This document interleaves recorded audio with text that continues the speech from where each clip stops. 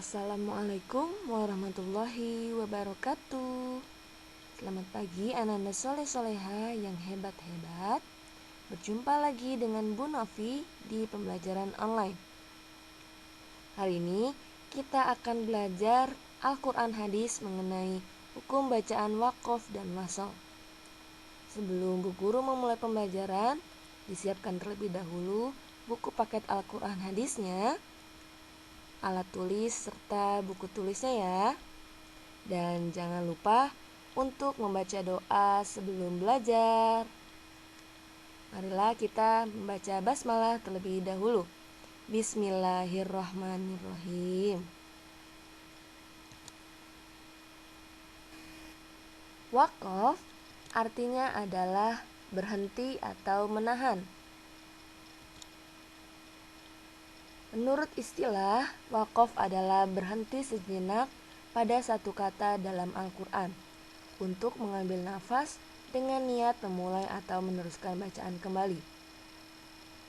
Dengan demikian, waqaf saat membaca Al-Quran menjadi penting, sebab jika tidak, maka bacaan Al-Quran bukan saja menjadi tidak enak didengar, akan tetapi bisa juga merusak makna ayat itu sendiri.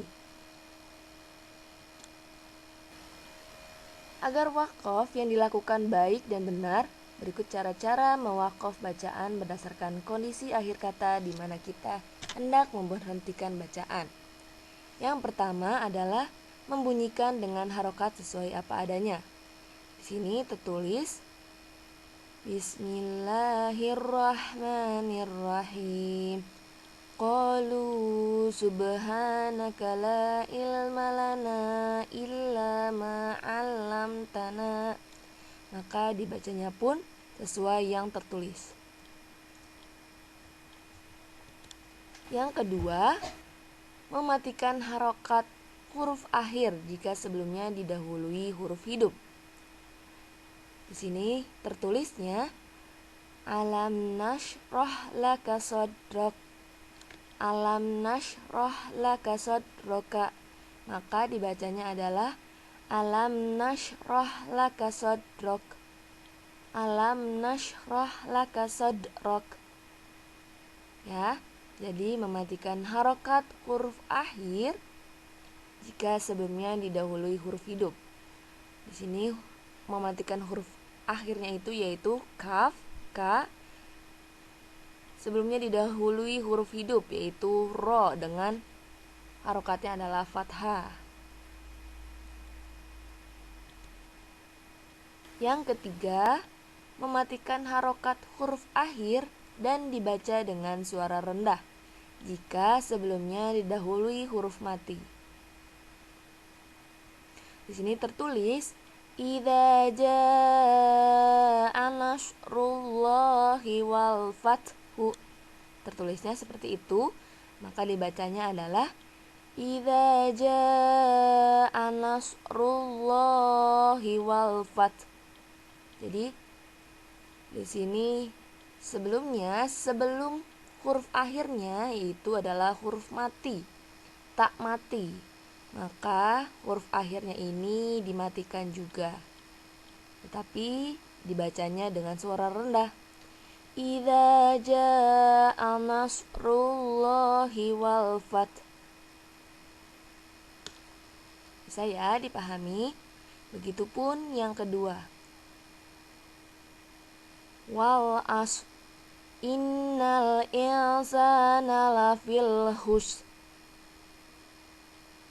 Wal asr innal insana lafi khusr. 4, yaitu mematikan harokat huruf akhir dan memanjangkan bacaan jika sebelumnya didahului huruf mad. Di sini tertulisnya Alhamdulillahi rabbil alamin. Maka ulangi ya, di sini tertulisnya Alhamdulillahi rabbil alamin. Maka dibacanya adalah Alhamdulillahi rabbil alamin. huruf na di akhir yaitu dimatikan. Sebelum huruf na yaitu ada huruf mad yaitu min. Mim berharokat kasroh bertemu dengan ya mati, maka dibacanya hukum tajwidnya adalah mad. Di sini huruf na di akhir dimatikan dan memanjangkan bacaan karena sebelumnya yaitu didahului huruf mad yaitu mim berharokat kasroh bertemu dengan huruf ya mati. Yang kedua juga sama. Wa hussila ma fis suduri, itu tertulisnya seperti itu. Maka dibacanya adalah wa hussila ma fis sudur. 4. Yang membunyikannya dengan huruf H jika diakhiri ta marbutoh. Sini tertulisnya hal ataka haditsul gosiyati. Tertulisnya seperti itu, maka dibacanya adalah hal ataka haditsul gosiyah. Sama ini juga wajuhu yauma idzin khosyi'atun. Di sini tertulisnya khosyi'atun, maka dibacanya wajuhu yauma idzin khosyi'ah. Membunyikannya dengan huruf H, lihat. Jadi ta marbutoh diganti dengan membunyikannya dengan huruf H. Hal ataka haditsul gosyi'ah. Hal ataka haditsul gosyi'ah.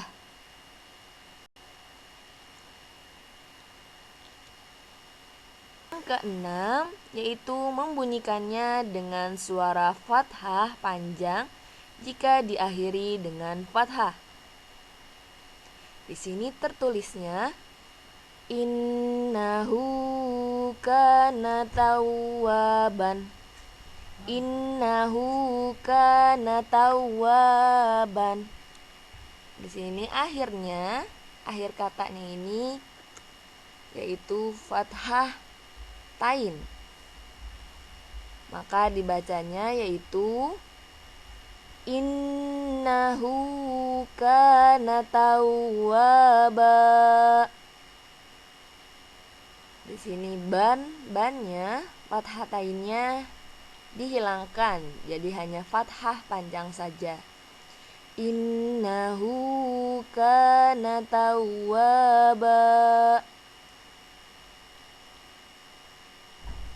Sama juga seperti yang kedua, kalla idza dukkatil ardu dakka kalla idza dukkatil ardu dakkang dakka. Sama juga seperti contoh yang ketiga, dibacanya membunyikannya dengan suara fathah panjang jika diakhiri dengan fathah. Yang pertama ini fathahnya akhirnya ini adalah ba berharokat fathah. Yang ketujuh, membunyikannya ditahan sedikit dengan suara huruf-huruf terakhir jika diakhiri dengan huruf bertasdid. Di sini tertulisnya fa illam yusibha wabilun fatallun. Tertulisnya seperti itu, maka dibacanya adalah fa illam yusibha wabilun fatal. Jadi membunyikannya ditahan sedikit dengan suara huruf-huruf terakhir. Di sini huruf terakhirnya itu lam berharokat domah tain. Dibacanya yaitu lamnya dimatikan. dan membunyikannya ditahan sedikit jika diakhiri dengan huruf bertasdid. Di sini domah lainnya di atasnya itu ada lam bertasdid. Sama juga seperti yang kedua, tabat yada abi lahabi watab. Jadi ditahan jika diakhiri dengan huruf yang bertasdid. Tanda wakof yang pertama yaitu mim, menunjukkan wakof lazim yang artinya harus berhenti. Tidak boleh wakof, di dalam Al-Quran telah diberi tanda-tanda. Tanda wakof kedua yaitu sholah. Al-waslu Allah artinya diteruskan lebih utama. Dapat memahaminya. Tanda wakof ketiga yaitu lam adamul waqfi yang artinya tidak boleh berhenti. Jika berhenti, bacaan harus diulang. Tanda wakof yang pertama yaitu mim, menunjukkan wakof lazim yang artinya harus berhenti. Selanjutnya ada wakof kola yang artinya al-waqfu Allah artinya berhenti lebih utama. Tanda wakof ketiga yaitu lam adamul waqfi. Selanjutnya ada wakof jim yaitu wakof jaiz artinya boleh berhenti atau tidak.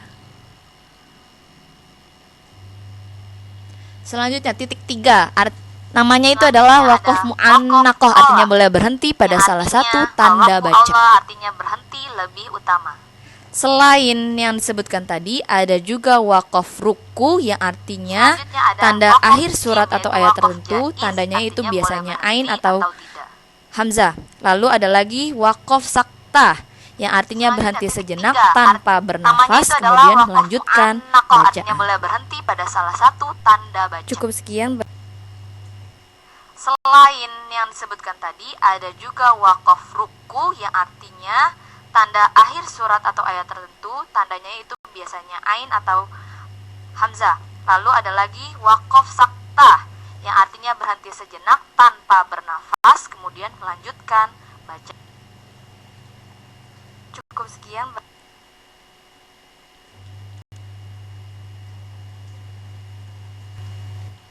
Kebalikan dari wakof ada yang dinamakan dengan wasol. Wasol artinya adalah meneruskan atau menyambung. Jika tadi wakof adalah memberhentikan, maka wasol adalah meneruskan atau menyambung. Maksudnya adalah meneruskan bacaan atau menyambung bacaan. Menurut istilah adalah tidak memberhentikan bacaan, baik di tengah ayat atau di akhir ayat. Dalam menyambung bacaan ada tempat-tempat di dalam Al-Quran yang penting diperhatikan dengan baik agar tidak salah dalam mewasal bacaan. Tempat-tempat yang dimaksud dan cara membacanya yaitu ada 4. Yang pertama, dengan membaca apa adanya sesuai dengan yang tertulis. Yang kedua, mengganti tanwin dengan nun bertanda kasroh jika bertemu dengan hamzah wasol. Yang ketiga, membuang hamzah wasol jika bertemu dengan huruf berbaris fathah, kasroh atau domah. Dan yang terakhir, membuang hamzah wasol jika bertemu dengan alif.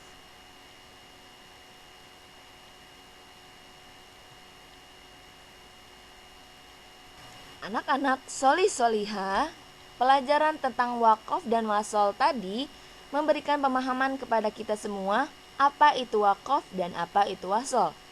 Bahkan memberikan pengetahuan juga kepada kita di mana kita boleh memberhentikan bacaan dan di mana pula kita tidak boleh memberhentikan bacaan. Lebih dari itu, bagaimana cara kita menyambung bacaan dan di mana saja kita boleh menyambung bacaan. Masing-masing mempunyai tempat tersendiri. Jadi dalam membaca Al-Quran tidak boleh sembarangan memberhentikan bacaan ya. Ada aturan-aturan yang berlaku. Baiklah Ananda Solih-Solihah, selanjutnya adalah jika kalian sudah menonton atau menyaksikan video pembelajaran hari ini, silakan kalian kerjakan tugas halaman 119 sampai dengan 121, bagian PG, bagian isian, dan juga bagian menjodohkannya. Dikerjakannya di buku paket saja. Setelah selesai, silahkan langsung laporkan ke guru masing-masing ya. Semoga Ananda Solih-Solihah tetap semangat dan juga tetap sehat. Wassalamualaikum warahmatullahi wabarakatuh.